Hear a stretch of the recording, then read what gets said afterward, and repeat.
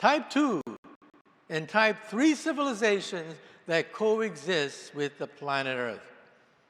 Well, find out by reading my book.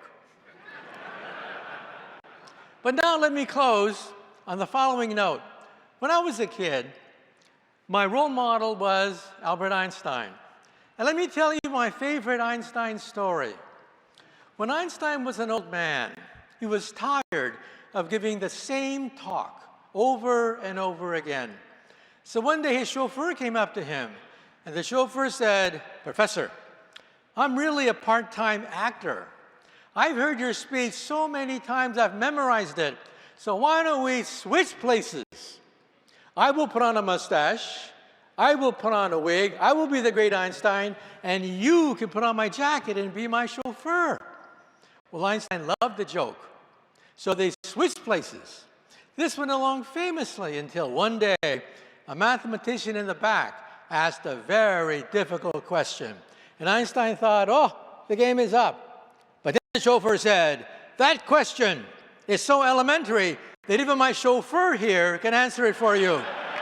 Thank you very much. Thank you. You've been a great audience. Thank you very much. And now I'd like to introduce Adam Savage to the stage.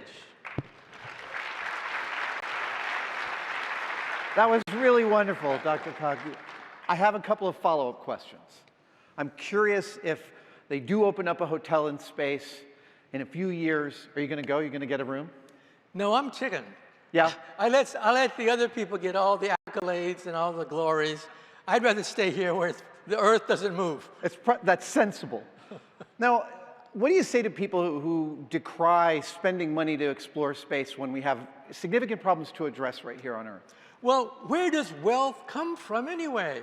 Wealth comes from science, from the Industrial Revolution to the Electric Revolution to the Computer Revolution, and now the Artificial Intelligence Revolution. And space travel is part of wealth generation. Look at the internet. Look at telecommunications. Look at weather satellites, GPS, Wall Street. All of that is done in outer space now. And so outer space generates money, which in turn helps to eliminate income inequality on the planet Earth. All right, fair enough. I totally agree. But I'm also really curious, reading your books, how you stay so optimistic about humanity and our chances. Well, let me quote from the immortal words of General Dwight D. Eisenhower, who once said that pessimists never win wars. Only optimists win wars.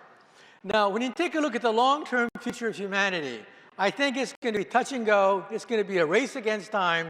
But I put my bet on those people who realize that, hey, we can use science to conserve power, create fusion energy, create better solar panels. I bet on scientists who can then use technology to rein in global warming.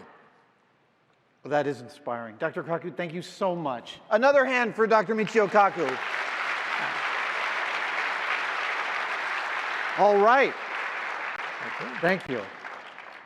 Well, we are at the end of our first day. Thanks again to all of our amazing speakers today. Talks like this really, really lend depth to the phrase food for thought. So that is a wrap for today. We have tons more to wow you with tomorrow and over the next 2 days.